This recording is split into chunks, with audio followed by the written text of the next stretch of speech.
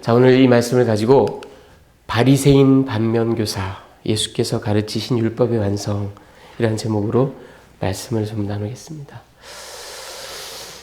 옥탑 박은 고양이 아니고 예배당 고양이. 예. 여러분 지금 보시는 분은 앤서니 드 멜로라는 분인데요. 이분은 인도 뭄바이 출신의 제수잇 사제입니다. 그러니까 천주교 사제죠. 근데 이분이 인도 출신이니까 이 동양 종교에도 상당히 이제 조예가 깊습니다. 그래서 이분이 남긴 글, 묵상집, 시집, 우화 이런 것들이 동양 종교를 가진 분들에게 기독교를 이렇게 전달하는데 큰 도움을 줬던 그런 분이에요. 이분이 자신의 그 묵상, 우화, 시집 이런 것, 시 이런 것들을 묶어서 책을 만든 게 The Song of the Bird, 새의 노래라는 책이 있어요. 그 책을 제가 오래전에 좀 읽었는데 그 책에 이런 시가 나옵니다. The Guru's Cat 이라는 시가 나옵니다. 이게 여러분 시라 그러면 보통 운율이 있고 시적인 미학이 있는데 이 시는 그런 것보다는 전체적인 아이디어 그리고 그 스토리 이런 것이 있어요. 제가 그거를 좀 소개를 해드리겠습니다. 여러분 구루가 뭔지 아시죠? 구루는 그 힌두교의 큰 스승이에요. 예, 도사입니다. 한마디로 말해서. 자, 이 구루의 고향이라는 시입니다. 이 시의 내용을 보면 아주 큰 스승님이 있어요. 힌두교에 구루가 있어요. 모든 사람들에게 존경을 받는. 근데 이 사람이 다 이제 힌두교 사원에서 이제 예배를 다 이제 드리려고 하면 그 예배 시간만 되면 이 강원도 사투리 이 곤행이가 맨날 야옹 그러면서 지나가는 거예요. 그러니까 얼마나 예배에 방해가 되겠어요. 그렇죠? 그래가지고 이 스승님이 제자에게 저 고양이를 기둥에 갖다 묶어라. 이렇게 말씀을 하십니다. 지금 보시는 것처럼 이제 기둥에 묶였어요. 제자가 우리 스승님이 말씀하시니까 다 갖다 묶었어요. 뭔 뜻인지는 잘 모르지만. 그래서 그날로 이 제자는 스승님이 별 말씀 없으시는데 예배 시간 30분 전만 되면 요 놈을 잡아다가 거기다 갖다 묶습니다. 1년이고 5년이고 10년이고 계속 똑같이 그렇게 합니다. 계속 잡아. 자, 그런데 이 구루가 나이가 많은 분이니까 이제 죽었단 말이에요. 사망했단 말이에요. 구루가 사망을 하고 난 다음에도 이 충성스러운 제자는 여전히 예배 시간 30분 전에 저 고양이를 저기다 갖다 맵니다. 그리고는 여러분 이 고양이도 한 10년, 12년, 15년 이렇게 살면 죽어요. 그렇죠? 이 고양이가 결국은 수명이 다해서 죽었어요. 그러자 이 제자가 그 다음 날로 저놈이랑 무늬와 색깔과 크기가 비슷한 놈을 찾아다가 역시 예배 시간 30분 전에 또 갖다 묵습니다. 계속 그렇게. 그래서 여러분 스토리는 여기서 끝나지 않아요. 그리고는 이제 수백 년이 흘렀습니다.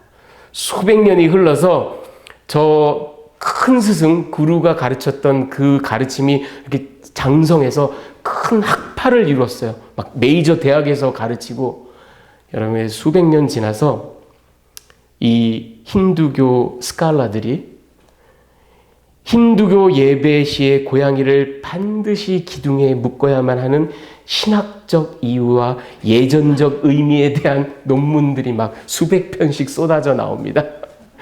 그루는 알란가 몰라 이 사실을. 자, 여러분 오늘 예수께서 바리새인들, 서기관과 바리새인들을 힐난하십니다. 규탄하십니다. 바리새인들의 그 PPP라고 제가 이렇게 이름을 붙였습니다. 왜 PPP인지 이제 나올 거예요. 여러분 이 바리새인들, 1세기 바리새주의자들은 지금 보시는 이 사람들은 율법을 위해서 자기 자신을 완전히 구분한 사람들, 율법에 정말 미친 사람들이에요. 율법을 칼같이 지키는 사람들입니다. 이 사람들의 최대의 모토가 뭐냐면 율법의 울타리를 두르자, fence around Torah 그런 말이에요. 여러분 이게 무슨 뜻인지 설명을 해드리자면 이런 겁니다.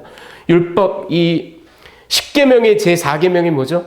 안식일을 거룩하게 지켜라. 그게 율법, 이게 자기네가 지켜야 될 율법이다 그러면은 여기다가 펜스를 두르는 겁니다. 이걸 지키기 위해서 오케이 안식일에는 음식을 만들지 마, 베이킹을 하지 마, 요리를 하지 마.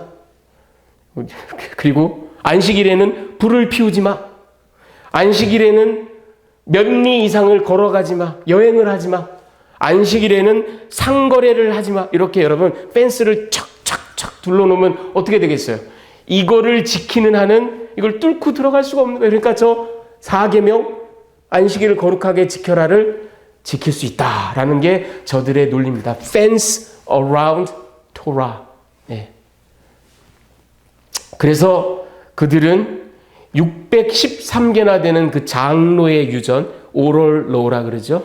예, 장로의 유전으로 뭐는 하지 말고 뭐는 하지 말고 뭐는 하고 613개. 그렇게 해서 율법을 탁 둘러싸는 울타리를 만들어 놓습니다. 그런데 문제는 여러분, 처음에는 그 율법을 잘 지키기 위한 이유에서 시작했겠지만 나중에 아까 제가 그 고양이 말씀드린 것처럼 그 구루는 무슨 생각이었겠어요? 그냥 예배를 방해받지 말라고, 야옹야옹 소리 내지 말라고 한 건데 나중에는 그것 자체가 금과 옥조가 됩니다. 그래서 왜 고양이를 묶어놔야 되는지 신학적인 의미에 대해서 논문이 쫙 쏟아져 나오는 것처럼 저들 바리새인들은 처음에는 그 율법을 지키기 위한 방편으로 613개의 장로회전을 만들었겠지만 여기서 중요한 건 여러분, 저들 바리새인들이 말하는 613개의 그 구전, 오럴로는 성문으로 된 성경, 모세의 율법과 동일한 영감된 하나님의 말씀이라고 저들이 철석같이 믿었어요. 그러니까 일반 백성들에게는 얼마나 많은 부담들이 지금 부과가 됐겠습니까? 자, 이런 과정에서 저들 바리새인들이 저지른 죄를 예수께서 3개의 항목으로 PPP, 그렇게 제가 이름을 붙여봤습니다. 첫 번째 뭐냐? 파워, 권세. 두 번째 pride, 자랑이에요. 자랑. 그리고 세 번째 passion for self, 여러분이 열심히 자기를 위해서 있어요. 내가 이렇게 탁월한 존재야. 내가 이렇게 위대해. 여러분 그 첫 번째 파워를 보면 여러분 2절에 보면요. 서기관들과 바리새인들이 모세의 자리에 앉았으니, 여러분 이 모세의 자리란 말이 마우세우스 카테드라스라는 말인데 이 말이 그야말로 그냥 번역하면 Moses chair, 모세의 의자라는 뜻입니다. 여러분 예수님보다 좀 훨씬 후세대긴 하지만 회당의 이 고고학적 발굴에 보면은 실제로 회당에 이런 스톤으로 된, 돌로 된 아주 모세의 체어라는 그런 이름이 붙어 있는 의자가 있었어요. 그러니까 이 모세의 체어가 앞에, 회당 앞에 딱 있으면서 유대 랍비들은 저처럼 이렇게 서서 설교하지 않습니다. 앉아서 강론합니다. 저게 딱 앉아서 이렇게 했습니다. 예수님 당시에도 그렇게 했을까? 뭐 그랬을 것 같아요. 뭐 그런데 그게 중요한 게 아니에요. 예수님께서 꼭 저 의자를 놓고 하신 말씀일까? 여러분, 누구의 의자에 앉는다라는 말은 히브리어 관용어입니다. 수거예요. 누구의 계승자가 되다, 그런 말입니다. 여러분, 우리 옛날 조선시대에도 옥좌에 오르다, 보위에 앉다 이런 말 하잖아요. 누구 의자에 앉는다는 건 계승자가 된다는 얘기예요. 모세의 의자에 앉는다, 모세의 계승자가 되어서 저들이 모세의 권위를 가지고 니들은 다 내가 시키는 대로 해 하고 가르쳤다라는 거죠. 이 엄청난 파워, 권세, 일반 백성들이 바리새인들의 그 가르침에 그들의 권위 앞에 다가서면 은매기죽어. 완전히 왜 그대 앞에만 서면 나는 작아지는가. 엄청난 권세를 가지고 있었어요. 자, pride 5절부터 제가 7절까지를 한번 읽어드리겠습니다. 그들은 모든 행위를 사람에게 보이고자 하나니 곧 그 경문띠를 넓게 하며 옷수를 길게 하고 잔치의 윗자리와 회당의 높은 자리와 시장에서 문안받는 것과 사람에게 랍비라 칭함받는 것을 좋아하느니라. 여러분, 저들에게는 그들이 내세운 이 경건의 외양, 경건의 모습이 그들에게 가장 큰 자랑입니다. 나는 니네랑 달라. 나는 하나님을 믿어도 이 정도 믿어. 나는 너희들하고는 열심히 차원이 달라. 레벨이 달라. 여러분, 경문띠라는 게 뭐냐면요, 이게 필락테리라고 NIV 성경에 나와 있는데 히브리어로 테필린 이렇게 말합니다. 이게 뭐냐면 지금 저 왼편에 저 유대 기도하는 사람이 자기 이마에다가 이렇게 박스를 하나 달고 있죠. 이게 필락테리입니다. 이게 성구함이에요. 그리고 머리 이마에만 하는 게 아니라 저 왼팔 상박에다도 이렇게 띠를 두릅니다. 왜 상박에 할까요? 이게 심장에서 제일 가까우니까. 네. 그렇게 해서 저 성구하면요, 실제로 열어보면 이렇게 4개의 칸막이 컴파트먼트가 있습니다. 그리고 그 4개의 컴파트먼트에 하나에는 출애굽기 13장 2절에서 10절, 또 하나에는 출애굽기 13장 11절에서 16절, 또 하나는 신명기 6장 4절에서 9절, 마지막 하나에는 신명기 11장 13절에서 21절을 이렇게 탁 넣어놓고 머리에 딱 차고 그다음에 팔에 차고 그리고 기도를 열심히 합니다. 예. 이 말은 사실은 신명기 6장 8절에 보면 또 너는 그것을 하나님의 말씀이죠. 계명을 내 손목에 메어 기호를 삼으며 내 미간에 붙여 표로 삼고.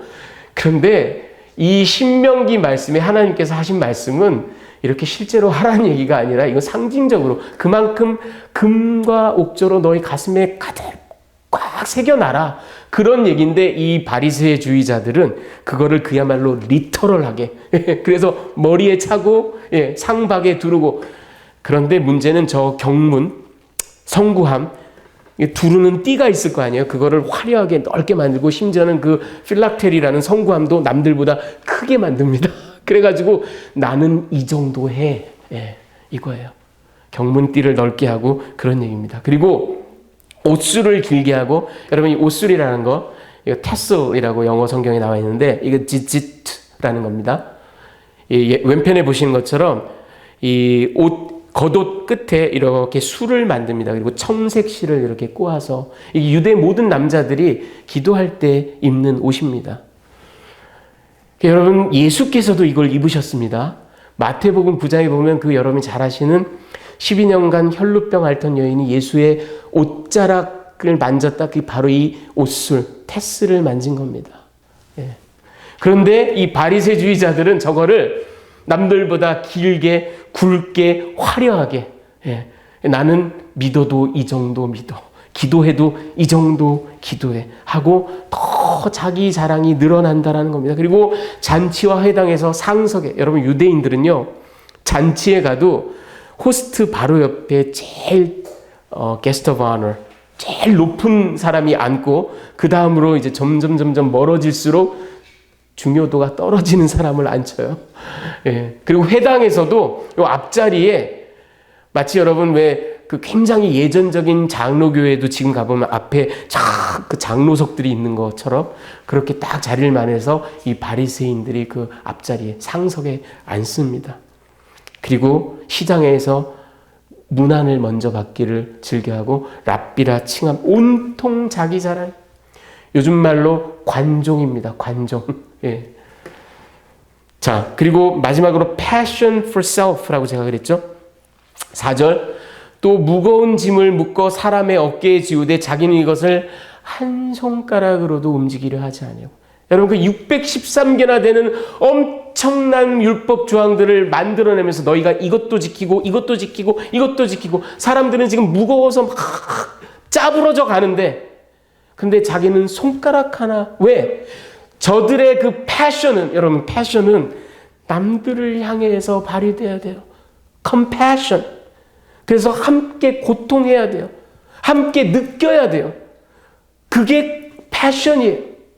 그런데 저들은 열정이 있는데 그 열정이 오로지 자기를 위해 있습니다. 내가 칭찬받고 내가 높임받고 내가 상석에 앉고 내가 존경받고.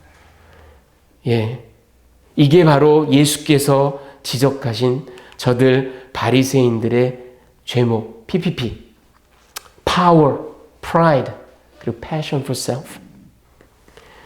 자, 그럼 두 번째로는 이에 반해서 예수께서 너희들은, 나의 제자들은 이렇게 하지 말아라 하고 가르치시는데 그게 제자들의 제가 트리플 YYY라고 이름을 붙여봤습니다. 그게 뭐냐? 제자 공동체의 규례는 equality, 평등, humility, 겸손, sympathy, 긍휼, 연민. 그래서 이번에는 끝자 Y만 제가 따가지고 트리플 Y라고 한 거예요. 자, equality 8절, 9절, 10절을 볼까요? 그러나 너희는 랍비라 칭함을 받지 말라. 너희 선생은 하나요. 너희는 다 형제니라.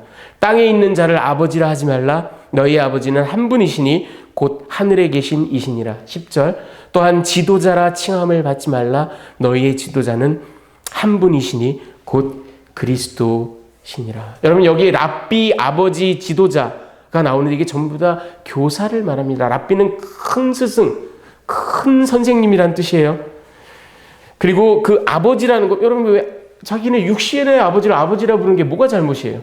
그 얘기가 아니에요. 그 얘기가 아니라 유대인들은 이미 죽은 지 오래된 큰 스승, 랍비들, 그 사도 바울 시대로 치면은 이미 오래전에 죽은 뭐 힐렐, 샤마이 이런 사람들을 아버지 이렇게 불렀어요. 구약 시대에도 여러분 엘리사가 자기 스승 엘리야를 나의 아버지 이렇게 부르는 장면이 나와요. 그렇게 하지 말라라는 거예요. 육신의 아버지를 아버지라 부르지 말라는 얘기가 아니라 그렇게 큰 스승이라고 아버지, 왜? 아버지는 한 분 하나님이시니까. 그리고 지도자, 이 지도자라는 말도 사실은 교사란 뜻입니다. 교사라는 이름도 함부로 주지 마. 왜? 그리스도 한 분만 진정한 교사다. 여러분 근데 여기서 오해하시면 안 됩니다. 오늘날 뭐 천주교에서 신부님, 그리고 뭐 개신교에서 목사님, 성경 교사 선생님 하고 부르는 게 잘못된 거 전혀 아니에요. 신약 성경에도 보면 사도행전에도 나오고 디모데전서에도 나오고 에베소서에도 나오고 사도 바울도 교사로 부름받은 사람이 있고 교사의 은사가 있다.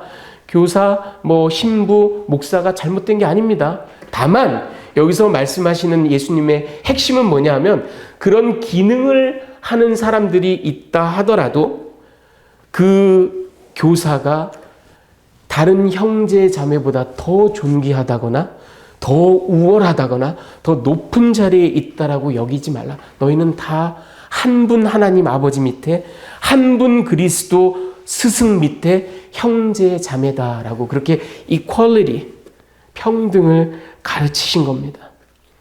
두 번째, humility. 11절 12절 보면 너희 중에 큰 자는 너희를 섬기는 자가 되어야 하리라.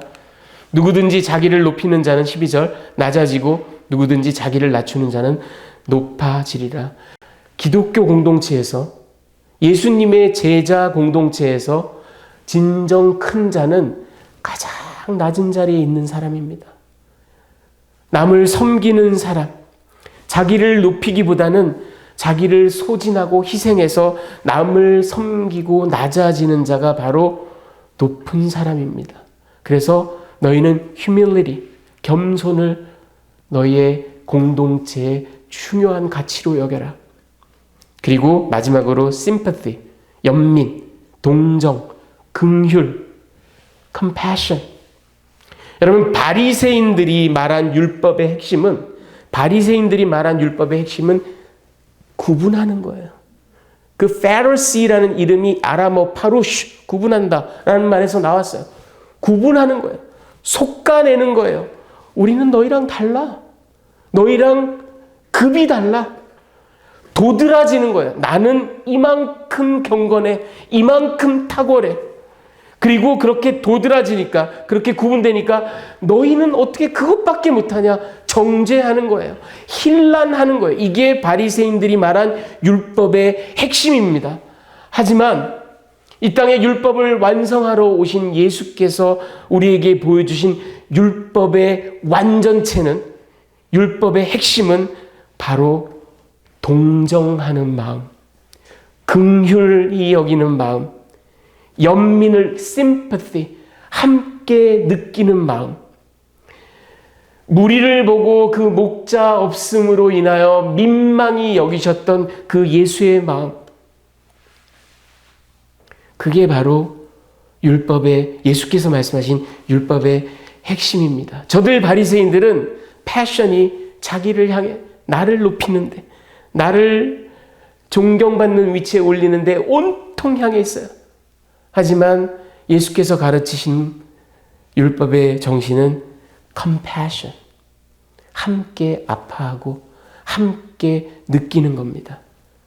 도와주고 일으켜 세우고. 자, 그래서 끝으로 여러분 예수님의 이 말씀을, 이 가르침을 적용을 하자면 이렇습니다. 여러분, 예수께서 지금 PPP, 제가 그렇게 이름을 붙여봤는데, 바리새인들을 엄중하게 규탄하시면서, 그런데 이게 나랑은 좀 무관한 얘기? 이렇게 생각하세요? 나는 바리새인급에도 못 끼어요. 저는 바리새인 아니에요. 이렇게 생각하세요? 여러분, 여기에 치명적인 오류가 있습니다. 왜냐하면 교회에서 목사건, 전도사건, 장로건, 안수집사건, 아니면 이제 막 신앙생활을 시작한 그냥 초신자건, 여러분, 너나 예외가 없이 우리의 본성이 바리새주의입니다. 여러분, 태초에 아담과 하와가 선악과를 따먹은 그 원죄, 가장 최초의 죄가 결국은 율법주의입니다. 페리시즘이에요. 그게 무슨 말이에요? 싶으시죠? 여러분, 선악과가 뭐예요? 하나님 비키세요. 내가 주인이 되어서 내가 선과 악을 구분하고 내가 나의 판단대로 나의 의지대로 한번 잘 살아볼랍니다가 선악과의 핵심이에요. 여러분, 율법주의의 핵심이 뭐예요? 하나님의 은혜에 기대어 사는 게 아니라 그냥 무조건적으로 값없이 부어주시는 하나님의 은혜를 그저 바라보고 사는 게 아니라 비키세요. 나는 의지가 있어요. 나는 능력도 있어요. 나는 탁월해요. 내가 하나님 앞에 한번 인정받아 볼게요. 하고 자기의 능력으로 자기의 의지로 의를 이루어 보겠다가 바로 율법주의 페리시즘이에요. 여러분, 일맥상통하는 얘기예요. 우리 모두는 사실은 우리의 죄된 본성은 그냥 놔두면 무조건 바리새주의, 무조건 율법주의로 가게 되어 있습니다. 그게 우리의 본성입니다. 여러분, 뭘 보면 알 수 있어요? 여러분, 정당을 보세요. 정치판을 보세요. 직장을 보세요. 직장에서 온통 권력 싸움, 암투, 투쟁, 온갖 권모술수. 여러분, 교회를 보세요. 안타까운 얘기지만 교회에서도 멱살 붙잡고 싸워댑니다. 여러분, 우리는요, 신자건 아니건을 떠나서 어디다 갖다 놔도 평화라는 것을 이룰 줄을 모르는 존재들입니다. 왜 그럴까요? 우리는 머리끝부터 발끝까지 죄덩어리입니다. 아무리 구원받고 아무리 하나님의 은혜 가운데 있는 존재지만 여러분, 똑바로 봐야 됩니다. 우리는 죄덩어리예요. 그 죄의 핵심이 바로 율법주의, 바리새주의입니다. 그러니까 여러분, 저와 여러분은 사실은 그냥 놔두면 무조건 PPP로 가게 돼 있어요. Power, Pride, Passion for Self. 무조건 거기로 가게 돼 있어요. 여러분, 오늘날 안타깝지만 교회를 들여다보세요. 현대 교회들도 교회 안에서 긍휼, 인애, 자기를 소모함, 남들을 섬김, 이런 거는 온데간데 없어요. 그리고는 자랑만 늘어나요. 승리주의, 트라이엄펄리즘만 늘어나요. 과도하게 선전해 뭐 하나 해도 교회들만큼 프로모션을 잘하는 데가 없어요. 우리는 이런 것도 해. 그리고 얼마나 우리 교회는 탁월한가, 얼마나 우리 공동체는 정말 남들과 다른가, 온통 그거에 매진합니다. 예수께서 원하신 제자 공동체는 그런 자랑이 아니에요. 겸손하게 낮아져서 형제 자매와 세상의 아픔 때문에 같이 눈물 흘리며 낮은 자리에서 나를 소모하는 그런 제자들을 원하셨습니다. 여러분, 지금 보시는 분은 폴 브랜드라는 영국의 아주 훌륭한 의사이며 선교사입니다.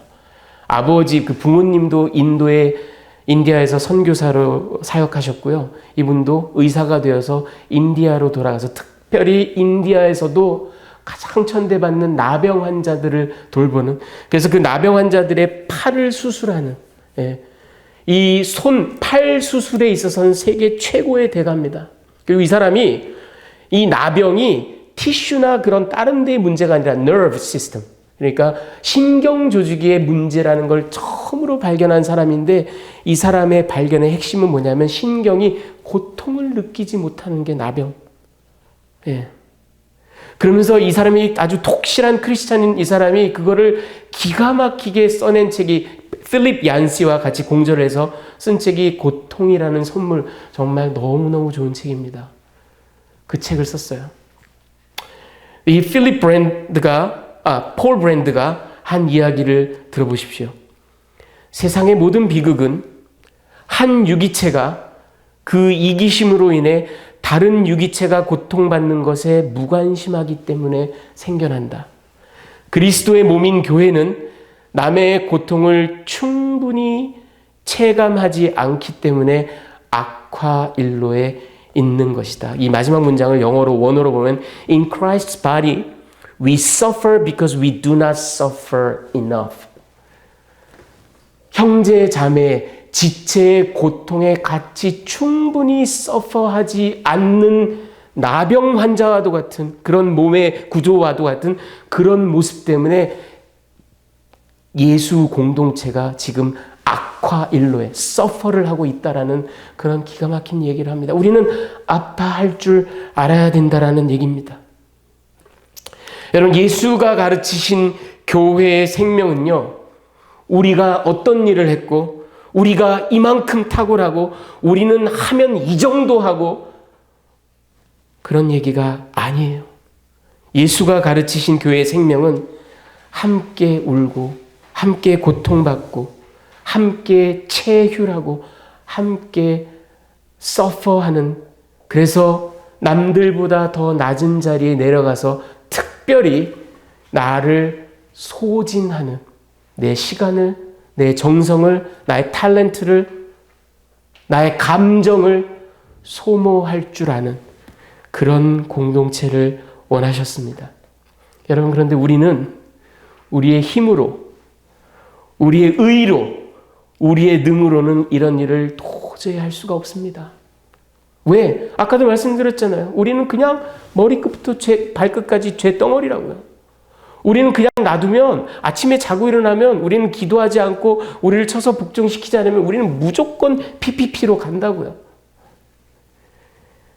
하지만 우리가 예수께서 가르치신 이 제자 공동체를 이룰 수 있는 유일한 길은 우리의 연약함을 도우시는 성령님께 의지함으로, 그리고 예수 그리스도의 마음으로, 그분의 마음을 가질 때만, 왜 여러분, 그분께서 가장 먼저 가장 천한 모습으로 낮아지셨잖아요.